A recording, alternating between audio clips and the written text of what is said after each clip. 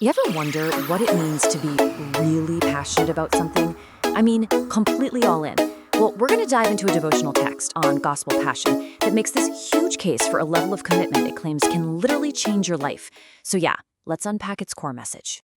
Okay, so everything, and I mean everything, we're about to talk about really comes down to this one quote from the book of Romans.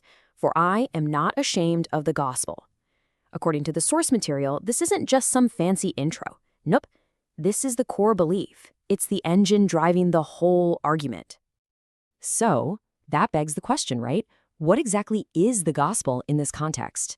Before we can really get into it, the text makes it super clear that we need to define this term. And it's not just about a message, you'll see. It's framed as something way, way more powerful. And boom, here it is, the definition. Now pay close attention to the language here because it's important. It's not just a story. The source defines the gospel as the power of God to save, heal, deliver, and transform. That word right there, power, that's the whole key. It's not passive. It's presented as this active, divine force. Okay, so if the gospel's is power, what does it actually look like when someone is totally committed to it? To make this idea less abstract, the text points to a historical figure that it holds up as like the ultimate example of this kind of passion. And that figure, the Apostle Paul.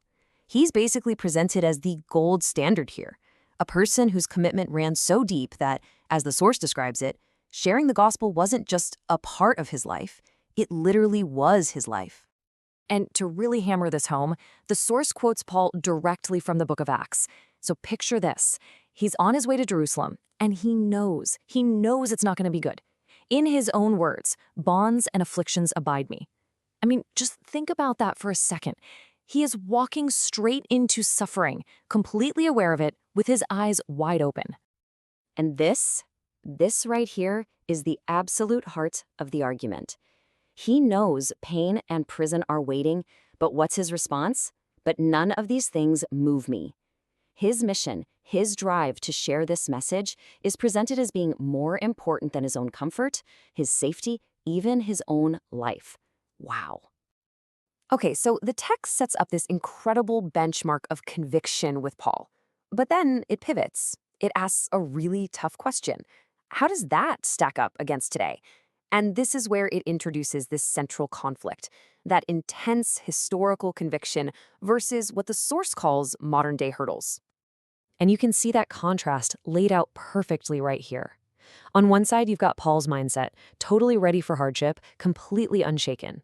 But on the other side, the text points to what it sees as a modern problem, the idea that even smaller persecutions can lead to fear, or maybe even worse, just a comfortable complacency. So what are these hurdles, exactly? The source breaks them down for us. And what's interesting is, it's not just talking about, severe threats. It's also the smaller stuff, the things that can really get under your skin, simple criticism, people just not caring, that fear of being rejected.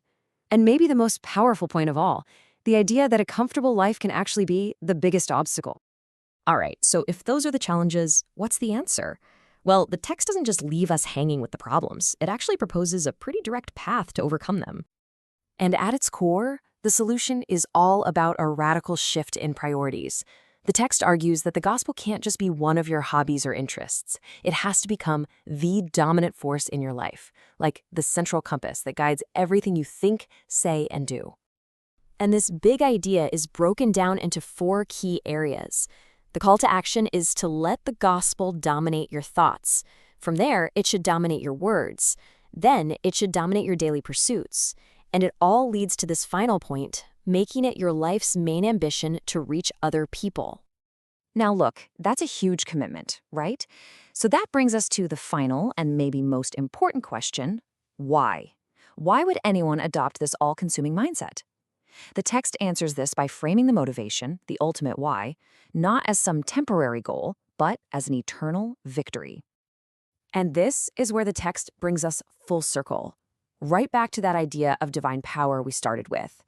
The argument goes that every single time the gospel is shared, that power is released, and it's capable of transforming lives, even if you don't see the impact right away.